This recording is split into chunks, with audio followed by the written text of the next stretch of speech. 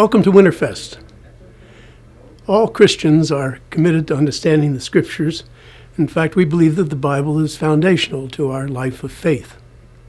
The study of Scripture, therefore, has always been important to us. But there's more than one way to approach Scripture to find its meaning. We typically apply an intellectual way of thinking and knowing. We study the Scriptures. We try to find out what their certain meaning is. And we go about it almost as a science. Problem with that way of approach is you can make the Bible into an object for our manipulation or miss out on its message because of what we bring to it. And so there is an alternative way. It is known historically as Lectio Divina, the praying of Scripture. It's a four-step process that engages us in the intuitional way of thinking and knowing, into the use of our imagination, and not so much to know what it says, is how it says it, and how that means to us internally, how God's Spirit works within us as we are engaged by Scripture, rather than making it an object of our investigation. This four-step process goes simply like this. Lectio is the first step. It's reading Scripture and reading it aloud, if possible, and over again, more than one translation if you have one, but primarily so that so something comes out of it, something grasps you, something there touches you in some way. You don't ask what that's about, you're going to go with it. Step 2, meditatio, which means to meditate on, to experience it.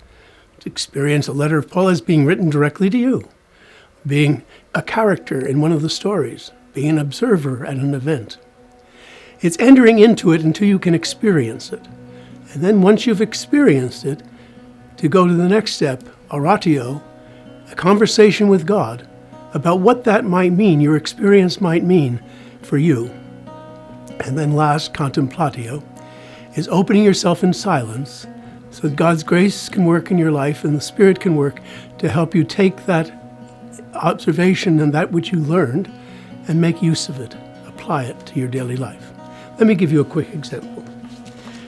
This comes from Mark 4, 2nd through 9th verse. This is the crowd that had gathered in a lake while all the people were along the shore in the water's edge. He taught them many things by parables, and in his teaching said, "Listen, a farmer went out to sow his seed. As he was scattering the seed, some fell along the path. The birds came and ate it up. Some fell on rocky places where it did not have much soil. It sprang up quickly because the soil was shallow. When the sun came out, the plants were scorched. They withered because they had no root. Other seeds fell among thorns, who grew up and choked the plants, so they did not bear again.